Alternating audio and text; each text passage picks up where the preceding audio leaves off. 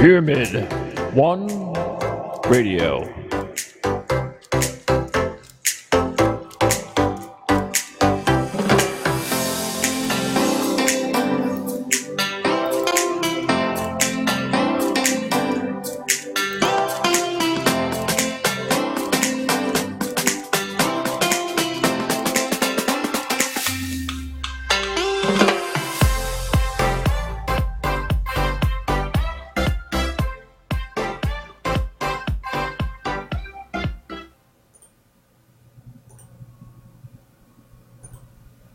Unlock this door with the key of imagination. Beyond it is another dimension.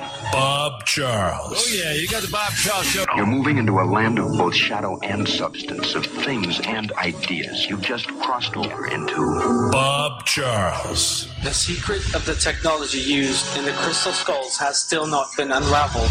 Don't forget, it's our world. Start taking care of it. It's time to think for yourself. Bob Charles. Open your heart to reality and to all the misinformation you hear. Just say no.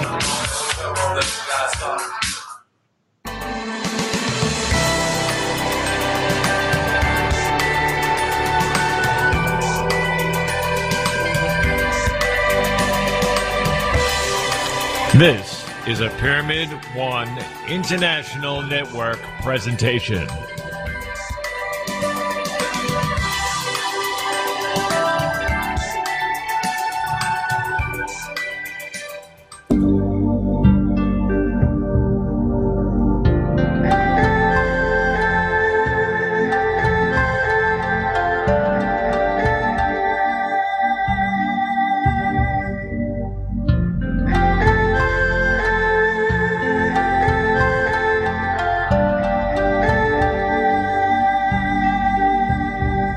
Hi, and welcome to the Bob Charles Show right here on Pyramid One Radio Network.com.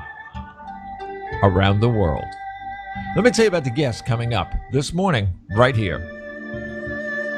Dr. Stephen Skinner is an Australian author, editor, publisher, and lecturer. He is known for authoring books on magic, feng shui, sacred geometry, and alchemy. He has published more than 46 books in more than 20 languages.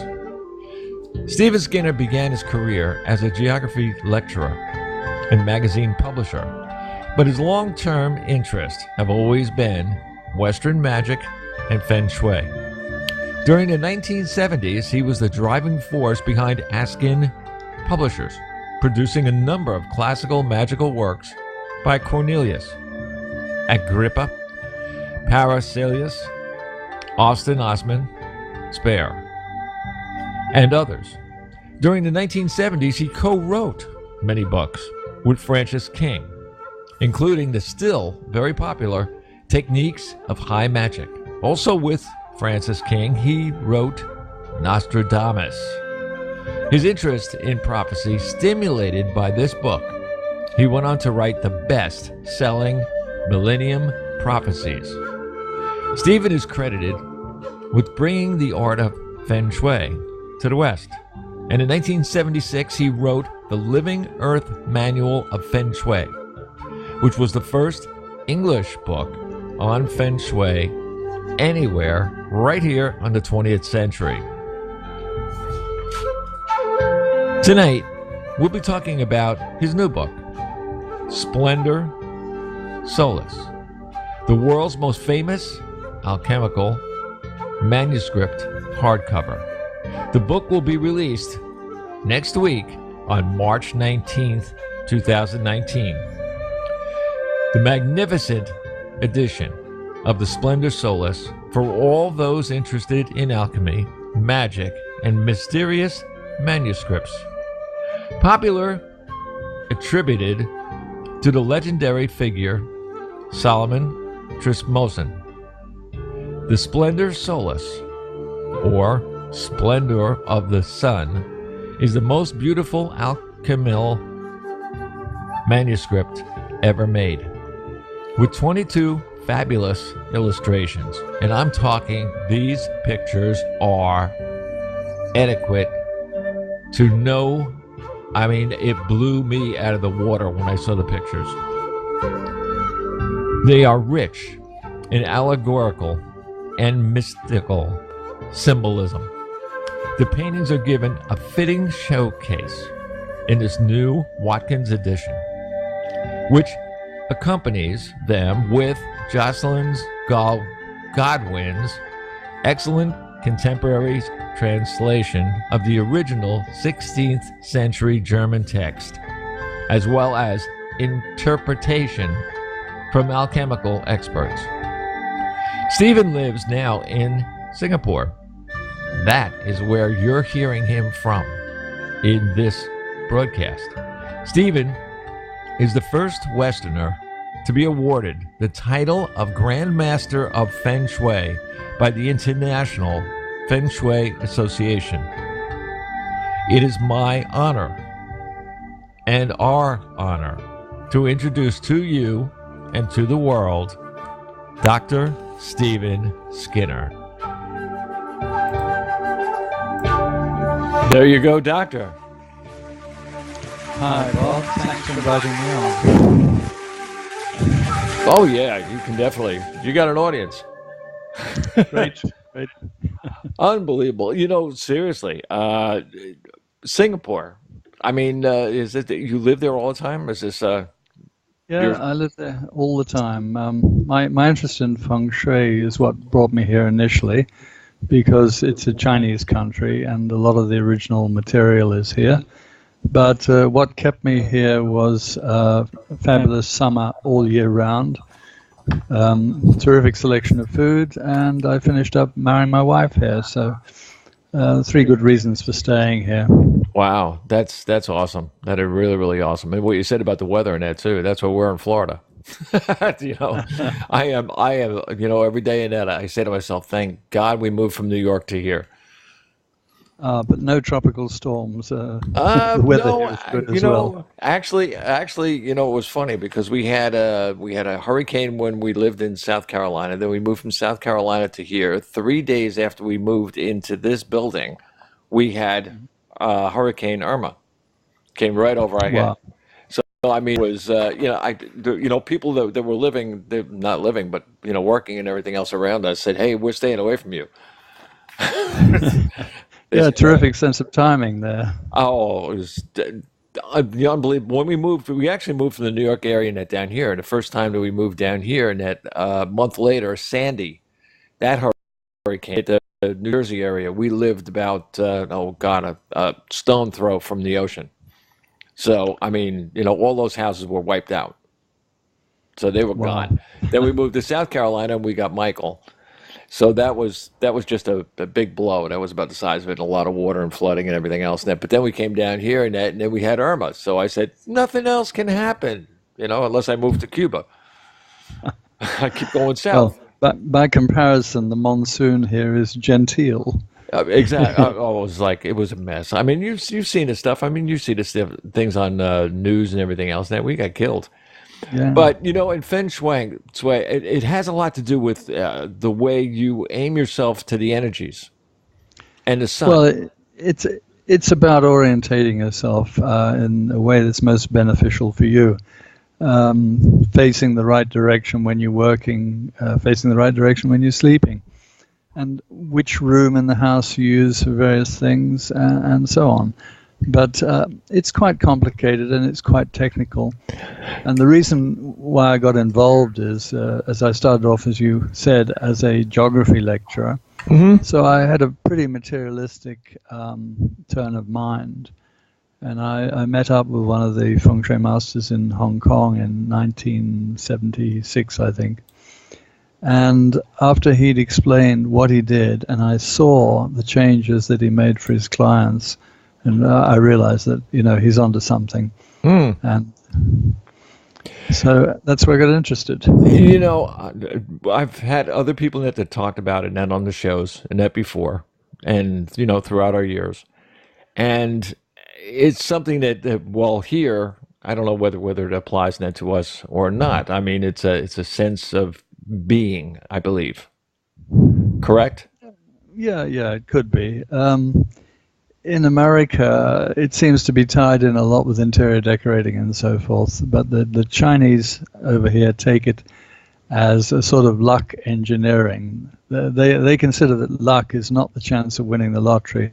Luck is a commodity that you can actually accumulate in your home, or you can disperse if you do the wrong thing. And so it's a sort of technology for doing that. And the rules are very detailed and very precise. I should get one of your books and start playing the lottery again. but you see, when we moved here, somebody said to us that we were in the right direction. Because, for instance, on one side of our house, it's direct east, all windows. And the other side, it's all west, all windows.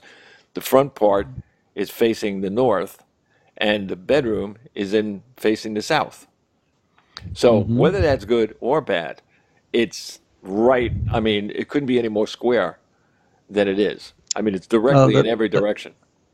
That makes it a lot easier to calculate, that's for sure. Oh, yeah. You got to bring in things like time as well. When was the house built?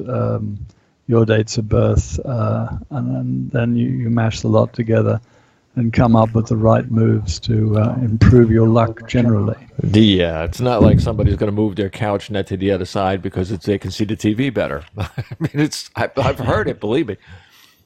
Now, that's a practical reason. Yeah, right. I'm serious. I mean, it's sometimes that when I hear these things, I mean, I speak to persons like you, and then I hear people talking about the way they take on feng shui, and the way they think about it, and the way they think it means, and the definitive meaning of it. And I just have to shake my head, and then I keep my mouth shut. I just like, oh yeah. Go into a Walgreens and then or Walmart or something like that and talk about feng shui. Yeah, that'll definitely do it for you. But they probably read it, so I can't say that's that bad.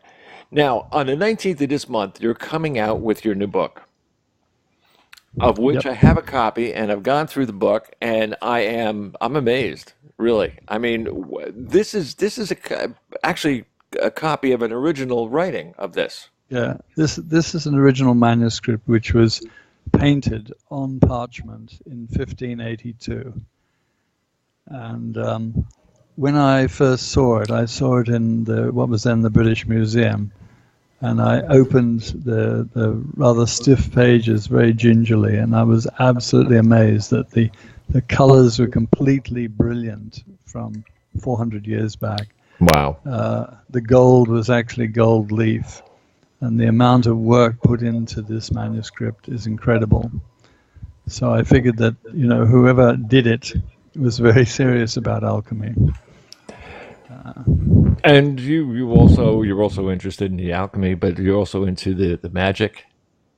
Yes, yeah. And they're not directly connected, though. Yeah, you're in the right spot for sure. So.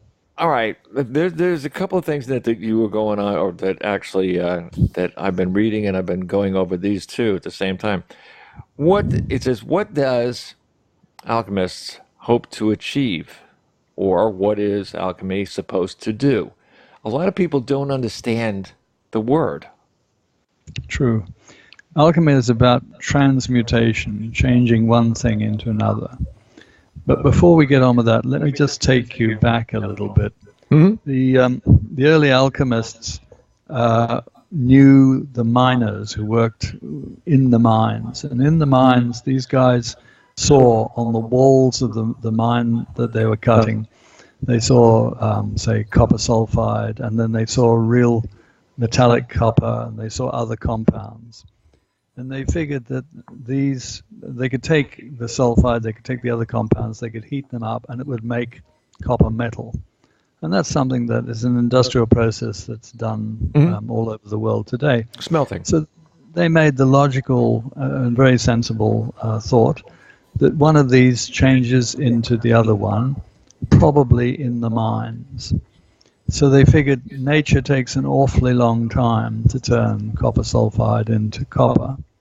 How can we speed up the process? So when they're heating up the copper sulfide, they were speeding up the process, and they figured the end of the process must be the most perfect metal, which is, of course, gold, because it doesn't corrode, it doesn't degenerate. copper, lead, mercury, all of these will degenerate again and recombine with things. So they figured it was a long cycle and that nature was probably taking thousands or millions of years to complete the cycle. So the objective of alchemy was to give nature a helping hand and speed up the process. Mm-hmm. So they often talked about alchemy as cooking, like they knew that heat was involved, and they thought, maybe if we start off with the right material and put it through a series of processes, just like the miners did, we might finish up with the perfect metal, which is gold. So the logic worked, but then it came to experimenting. And unlike, say, modern chemists who will do one operation once, they figured that sometimes you had to do the operation 3, 5, 7, or 9 times before you got the final answer. And interestingly enough, most chemists, professional chemists, will tell you that experiments will work, say, 95% of the time, and there will always be one where it doesn't quite work because there's been an impurity or the temperature wasn't right and so on. Mm-hmm. So the alchemists were always looking for that 5% when it really did work and moved on to the next chemical and finally to gold. So short answer is alchemy is transmutation of base metals into gold. Now, modern science would say this is impossible and this is nonsense. But modern science would have to accept the premises of the argument that I just sort of laid out. And the alchemists thought that it was persistence and repetition which would bring it about. And if you think about other fields, like, for example, homeopathy produces cures by repeating the same process thousands of times. Mm-hmm. And you finish up with basically water with only a couple of atoms of the original ingredients, and that appears to do the job. A lot of people still believe in homeopathy. So the alchemists also thought that if they keep doing these repetitions, that they would finish up with a universal medicine, something that they could apply.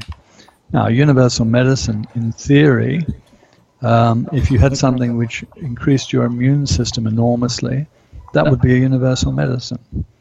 And I can tell you that I know of a couple of scientists, one of them in Singapore, who is currently working on that theory and has been deeply involved in alchemy to see if he can make a universal medicine. I mean, good luck with that. It might happen, it might not happen, but that's the theory. We also have people that are in Israel and that are working on the cancer cure. Yep.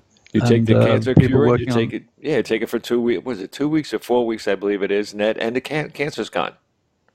Yep. Well, that's something that the world definitely needs, isn't it? I think somebody had that a long time ago, and we just don't know about it. We're not that. The human race is not that dumb. Really, I'm serious. Well, the thing about the human race is that it discovers things and it forgets them. That's right. That's right. One of the reasons why I like digging around in old manuscripts is because I do sometimes find things there which have subsequently been forgotten and are not used anymore, but are still quite viable processes. So you have in here, and I'm gonna skip around a little bit. You have in here a listing here for tarot cards, and some of the pictures that are on there on tarot cards. And I'm serious. I mean, just like I said in the promo, you have to see these pictures. And like you said, you learn things and you forget things. But anyone that's seen tarot cards before, somehow that sparked in my mind that I've seen that picture somewhere before.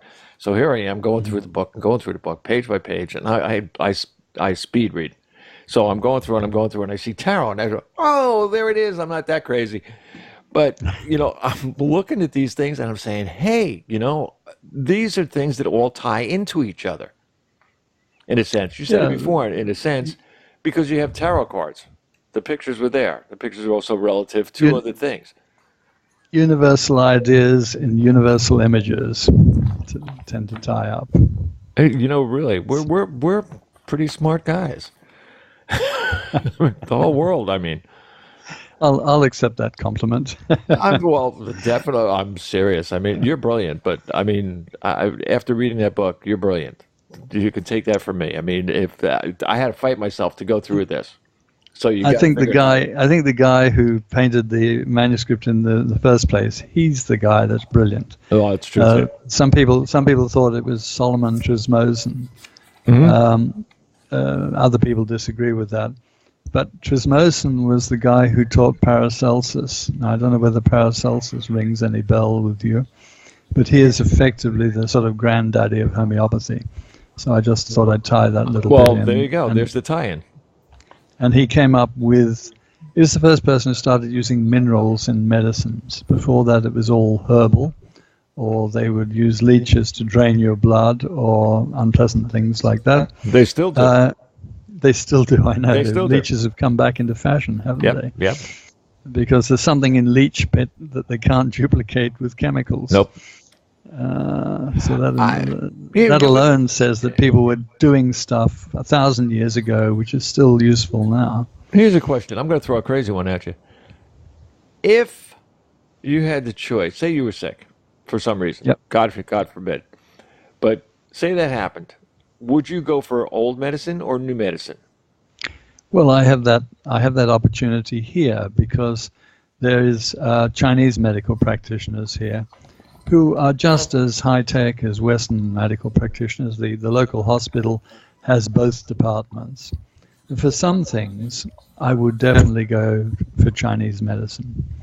There are a number of things where ginseng and herbal medicine does a much better job. Certainly, back pain and things like that is done rather better by Chinese medicine than Western medicine. Western medicine answer is, here's a painkiller. Chinese medicine's answer is, let's fix the problem. Yeah. Well, they don't cure what's wrong with you. They cure the symptom. You're talking about Western medicine. Western medicine, yes, exactly. That's the difference between our medicine and your medicine. Because over there, they go for what the problem is, and they're going to cure that problem. Over here, they're going to cure the symptom so you don't feel like you have what you have, but you're going to have it anyway. So you're happy then. I don't get the old Chinese medical idea, which doesn't exist anymore, was that you paid your doctor a small amount every week or every month, all the time, and you cease paying him when you get ill.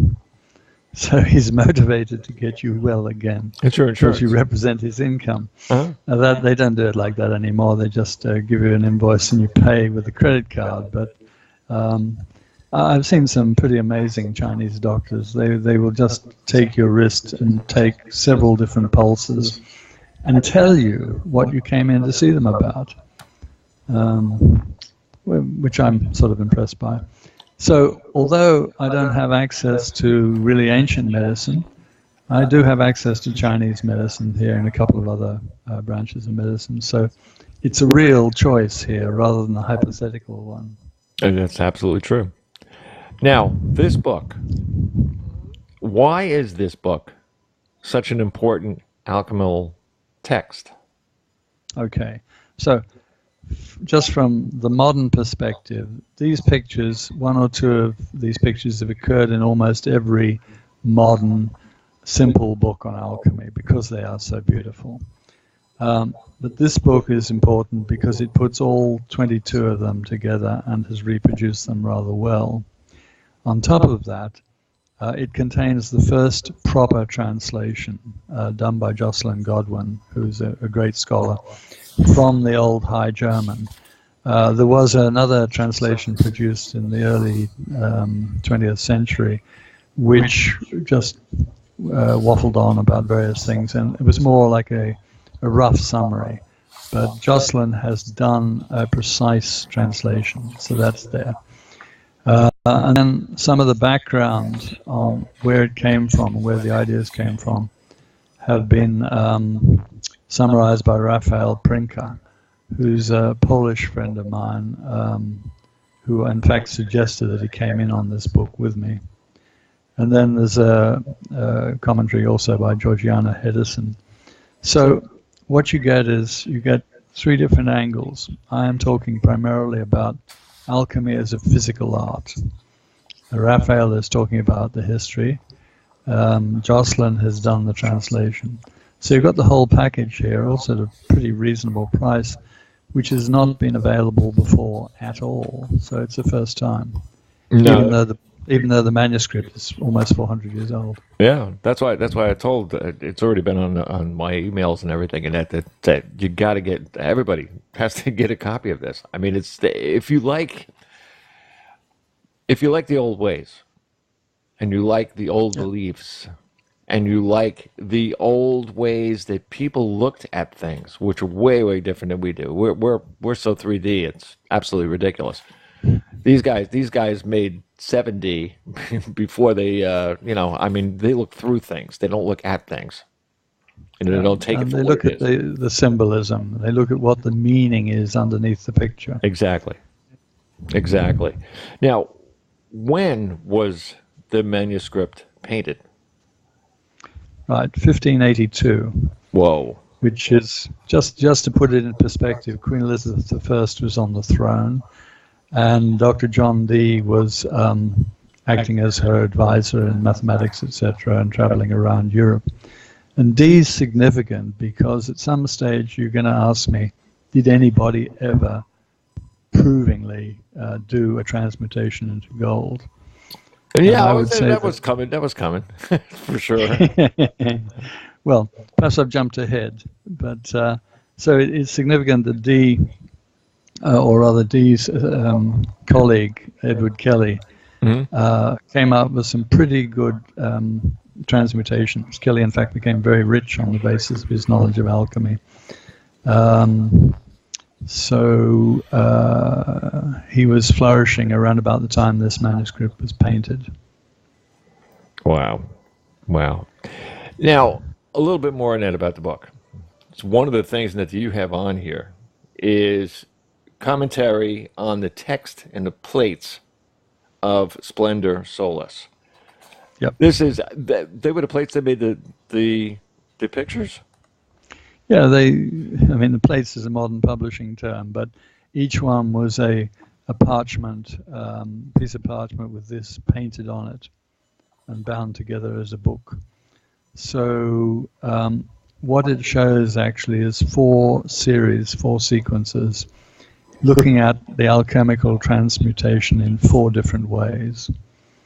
Most people just read it from front to back, but it really should be read as four different runs.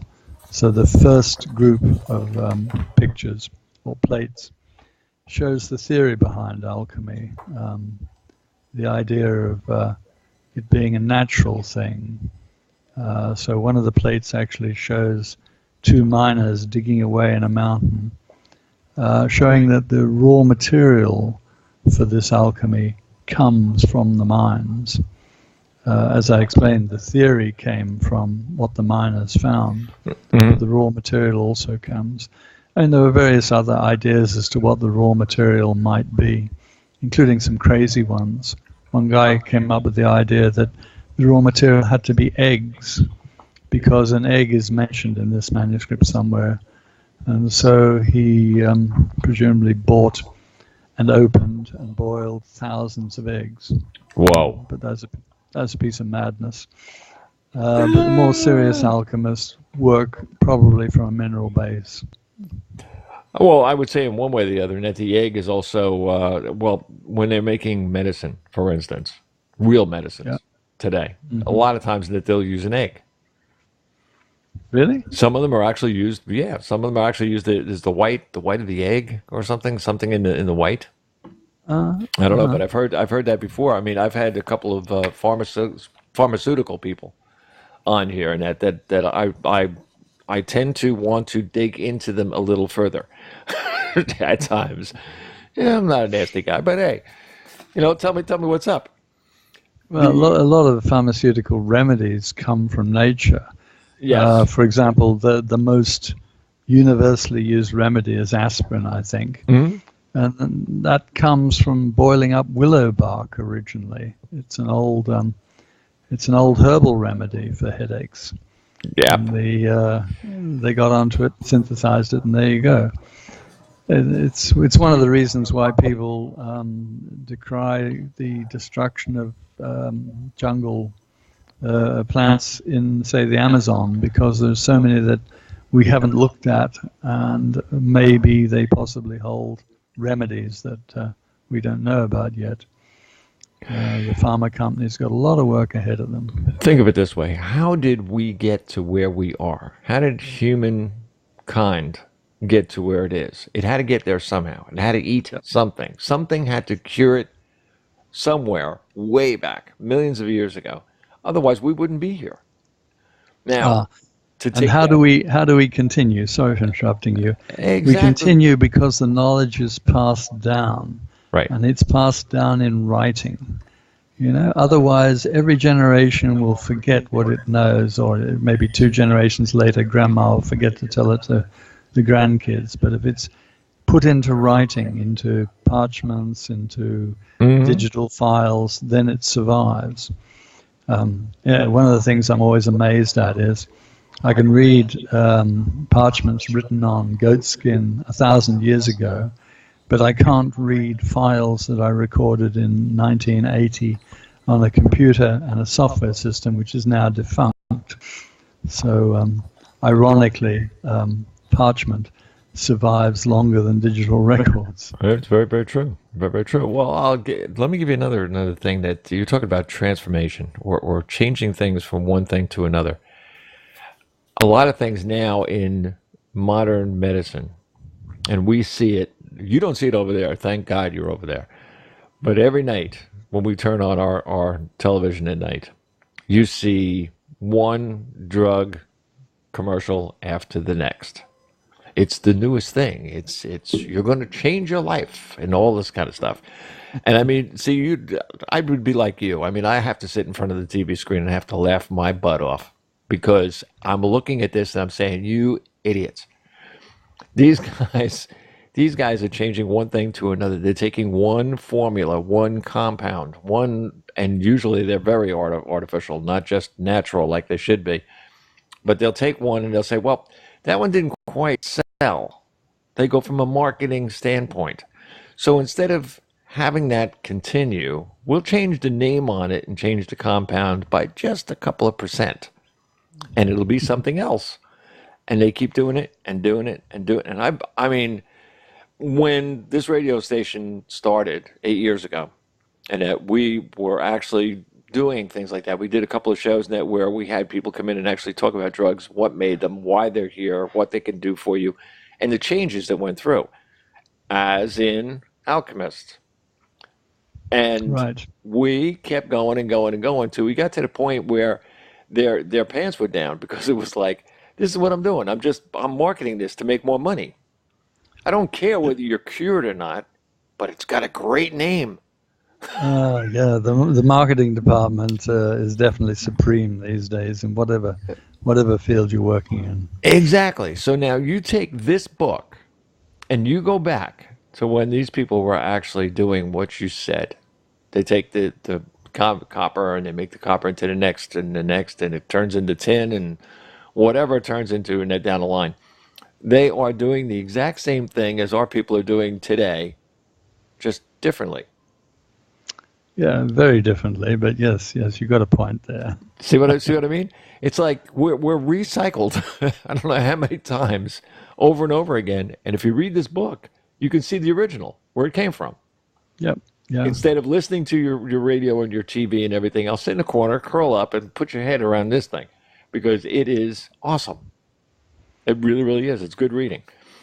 Now, I did say before that if there's ever been a successful transmutation, has there? I mean, seriously, now, do you know in your writings that have you come across something where somebody really did make a pound of gold? Well, in the front of this manuscript, written in pencil, which nobody ever seems to to read, well, most people don't actually look at the original, is a story about a guy called Botcha, who is reputed to have used the formulas here to produce a lot of gold. But in fact, what happened was that in the course of his alchemical experiments, he chanced upon how to make porcelain. In those days, they were importing porcelain from China. At huge, China invented porcelain at huge expense.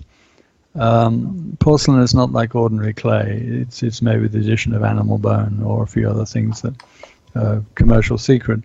But this guy who was messing around as an alchemist produced porcelain, and suddenly they could do porcelain in Europe. They didn't have to import it thousands of miles by ship from China. And he became what in those days would have been the equivalent of a millionaire on the basis of it. So he became very rich from alchemy, indirectly.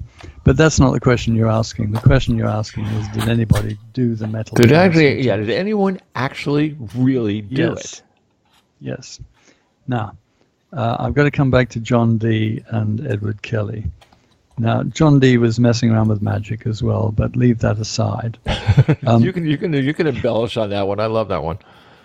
Yeah, we can come back to that later. But Kelly discovered, allegedly in a wall in Glastonbury, a container containing red powder and a book, which is the alchemical book of St. Dunstan, which still exists. And from that, using the book, he produced small quantities of gold out of other metals. Now, you don't have to believe that, but he and Dee traveled to Europe and to the courts of King Stephen of Krakow and also King Rudolf in Prague.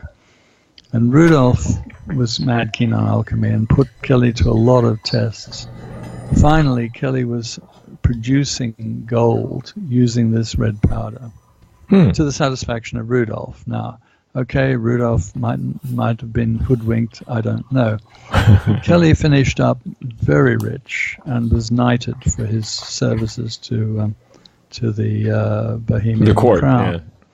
But the thing that strikes me about it is that both he and Dee honestly said, we don't know how to make the red powder. Now, if they were con men, they would have just said, yeah, we made the red powder and now we're making gold from it. We found it, we worked out how to use it, and we are producing gold. But when it runs out, that's it. So they used it for a number of years and produced gold in front of a number of witnesses. One of their alleged transmutations is they took a warming pan, which is like a pan that would be put like a roasting pan, yeah.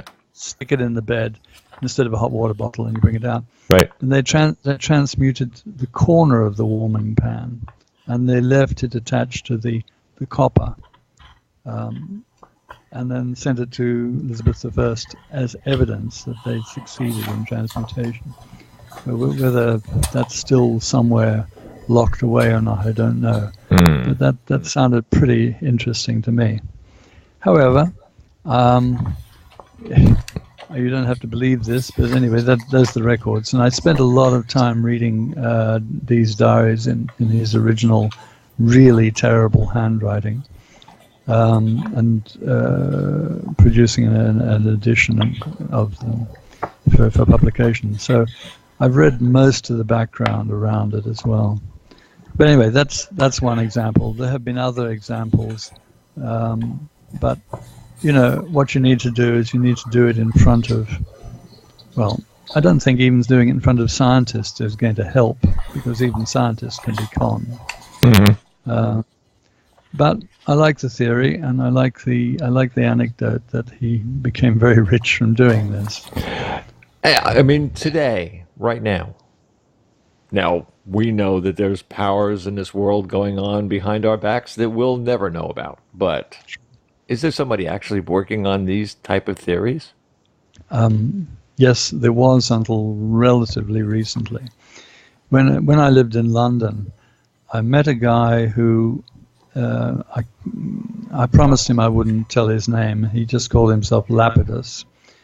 And he had a laboratory in a cellar near Baker Street in London.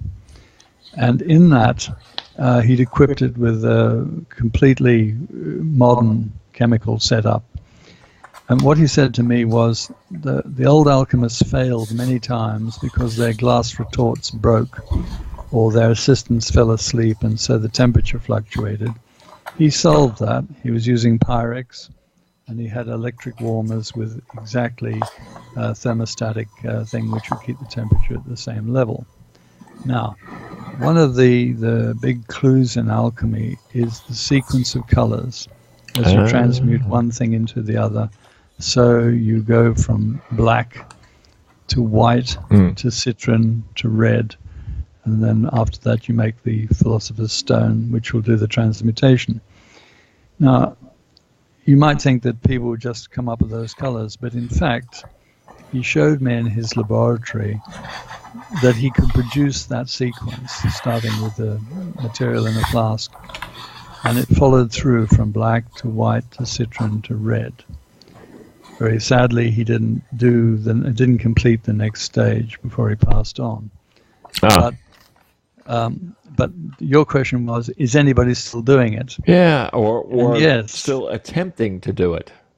Yeah, so the answer is yes. There are people attempting to replicate it. And as I said, there's quite a serious scientist, medico, in Singapore, looking at it from the angle of the universal medicine, which will just increase the, but starting with an alchemic base and working its way through.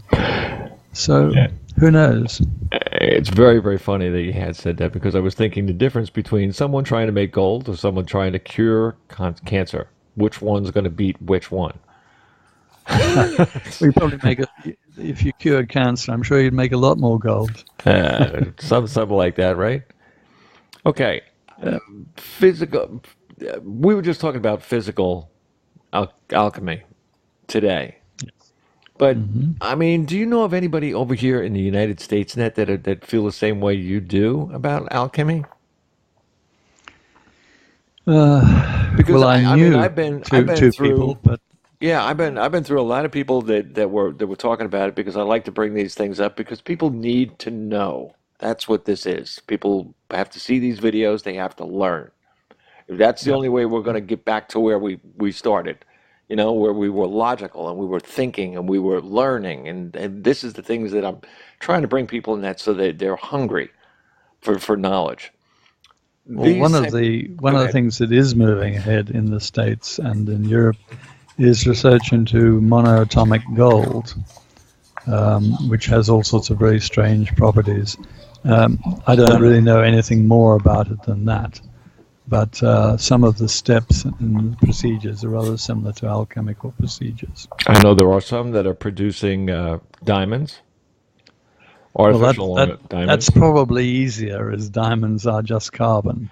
Right. You just need huge temperature and pressure, and you've got an industrial diamond. Exactly. So now you have a 3-carat diamond that doesn't cost you $3 billion.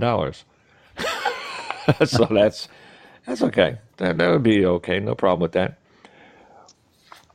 In the book, this is a new writing, a new edition of the Solis. Is there any difference in the creation or the feel or the way it was put together, the old one from the new one? Because sometimes then it's like the Bible. The Bible's been written so many times that I don't believe it anymore. I mean, I'm serious. It's if you want to go to the fiction, section of the library, and go there. But if you really, really want to find out what came from the Bible, you got to go way back. I mean, you got to go past the kings, because they really screwed things up. Well, you've certainly got to go back to the original languages. Exactly. And that's the only way you can get the not only the meaning of what they're talking about, but what they meant when they said what they said, or what they wrote. And the Old Testament, of course, was written in Aramaic and Hebrew, but the New Testament was written in Greek. Mm-hmm. And ancient Greek is not at all like modern Greek. And it always amazes me the number of different translations being offered of exactly the same Greek text. And it's supposed to be all the same thing too. Yeah. Yeah, that don't work out. So yes, you got to go back a long way. So with this book, we have gone back to the original manuscript, and we have Jocelyn has translated the text first time completely. The what used to be the standard edition was just black and white. This one, you can see a lot more detail on these beautiful illustrations.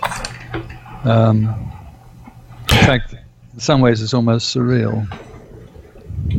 Plus, also, I was telling somebody, again, on the Monday show, that reading the book makes you understand what you're looking at when you do look at the pictures.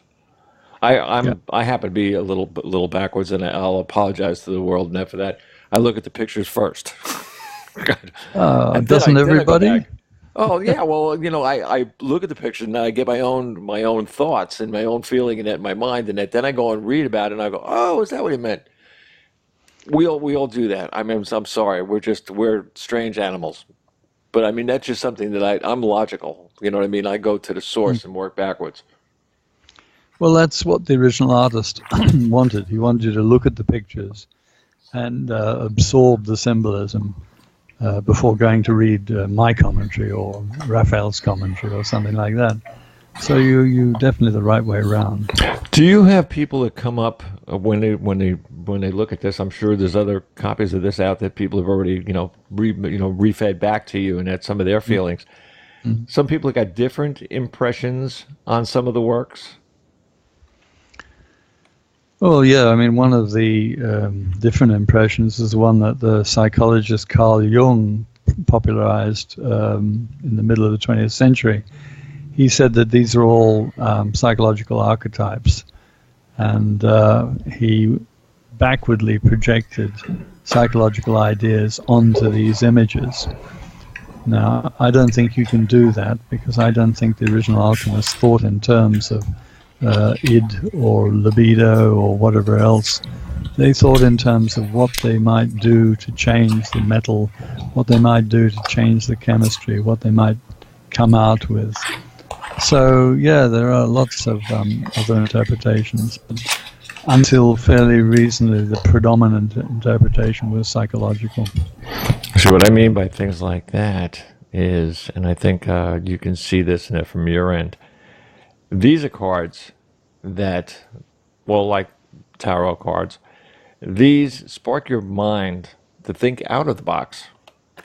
Yeah. So, well, that's what the tarot is meant to do. The tarot doesn't answer questions. The tarot lays out a spread and suggests to you through these images the answer, and your subconscious has already semi-figured out what the answer is. And the cards will then allow you to bring that through. Tarot is quite an amazing device. All right, so if I showed you a card and you told me what was on the other side of the card, now we're going to think, outside here. So I'm going to hold up this card. All right, now that's not what's on the other side of the card. Trust me. Right, but this is just the back of the card. Now think about the card, look at the card, and think about what could be on the back of the side. And the only thing we're doing here is shapes. I'll give you that much. Oh, so it's just zigzags or crosses or circles. The same, right? Yeah. Exactly the same thing. This is what I mean by the pictures that are in this book. What do you see? Okay, well, first of all, I'm not psychic, but if I had to see something, it would be a zigzag. Okay. Oh, well, you see, I'm completely wrong. Now, which just proves I'm not psychic. No, but neither are the people in it that are watching the pictures. But if you really, really watch the pictures, have you ever noticed that the pictures themselves tell its own story? That's why I like this book so much. I mean, the picture itself literally can talk to you. I did look at the pictures first, and then went back to read all the chapters. But the pictures themselves tell you what the rest of the book is telling you. It's just that I had to wrap my head around the modern transformation of what I went from one to the other, and it was amazing. It really was. I mean, some of the pictures are just very strange, like a dark man with a red sphere for a head, stepping out of a bog and having an angel offer him a towel to dry him off. I mean, that is just very strange. Or a picture of a hermaphrodite with wings holding up a mirror, showing the landscape. And these are, they're quite surreal. But they suggest all sorts of things to you while you're looking at them. There was two of them that I was looking at that I was like shaking my head and scratching my head at the same time. The one with it looks like a king inside a glass bottle, which is I mean, when I looked at this, I was like, okie dokie. So he's encapsulating himself from the rest of the world. That's what it looked like, because he's got things going all around normal world. He's the Red King, and he's one of the 7 flasks. They're alchemist flasks, which represent the 7 planets. And he's a bit strange because he represents Luna. And you're talking about the things going around the outside. There's a sort of a frame. It's normal. And it shows all of the things that are associated with Luna, like white swans and catching fish and hawking in countryside. If you go back just go back to plate 17, and there you've got Mercury standing inside of a flask. Mm-hmm. And the things that are shown around it are street scenes, but they are like money counting, like playing music, like doing geometry. Yeah, I was going to say geometry. Yeah. There's a guy with a couple of compasses on a sphere of the world. Begging on the right-hand side. Oh, yeah, that's a pretty mercurial. Thievery would be mercurial as well, but I can't see anybody doing that.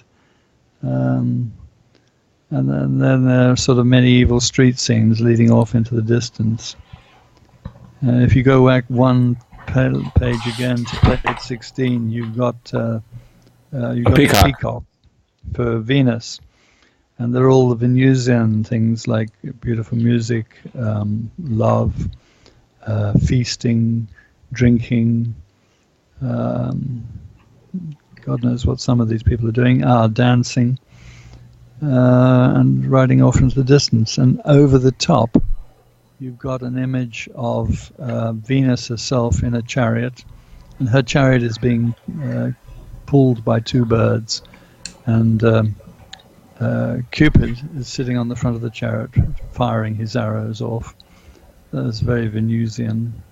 There's a lot of love in that picture too. If you look, see the couples all around. Yes. They're all couples all around. So I mean, it does Cuddling, say the peacock and the love in it is brought together all around inside the thing. The musicians in that are playing something that's more or less of a love story kind of thing, because of the way their hands are and the way the bows are. And then the center image of the peacock actually reflects something that I've seen inside a Pyrex flask, where the chemicals condense or precipitate on the inside of the flask in many, many different peacock colors. So you get that stage physically and visibly. I've seen it, as well as it being symbolic and applying to Venus. So this is how the whole thing is working on several different levels. It's working on the level of the god, the metal, the transmutation, and the human behavior and carry-on that are associated with that particular planet. And here's one. You go to the plate before that. Now you got talking to each other. You got conspiracy. You've got passing out the word or the news in the area. You got dragons, 3 heads. Yeah, you've got fighting, because this is solar. This is the sun. And so war comes under that, kings come under that, princes, merchants negotiating. In fact, you can see in the center bottom obviously a Turkish merchant negotiating with two guys who look as if they're from Central Europe somewhere. So although it was probably was painted in Central Europe, possibly Germany, the vision is much, much wider than that. Now, I just wanted to touch on this. You also wrote Nostradamus. No, I didn't write Nostradamus. No, I wish I had. Well, but I'm not arguing with you. I wrote about Nostradamus. Yes. Well, about. All right, we'll correct it. That is, he's my favorite guy as far as history that is concerned. He was totally amazing, wasn't he?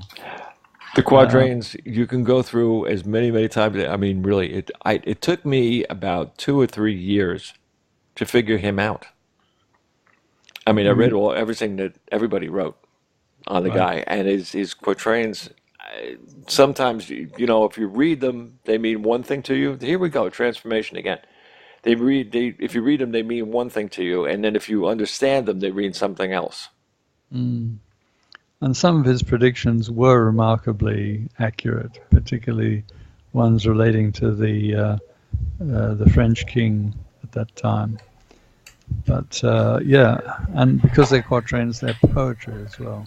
Yes, exactly. Now, on the chat room, in the blogs, in all the emails and everything else, everyone can get this book just by going to Amazon. There are live links in everything. Just click on the live link. Bam, you're there.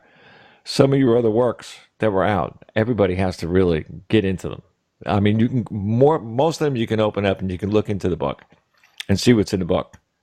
And if you haven't found these works, I'm telling everybody right now, go to the link and go look. It will open your mind. It will open your soul. That's how good some of them are.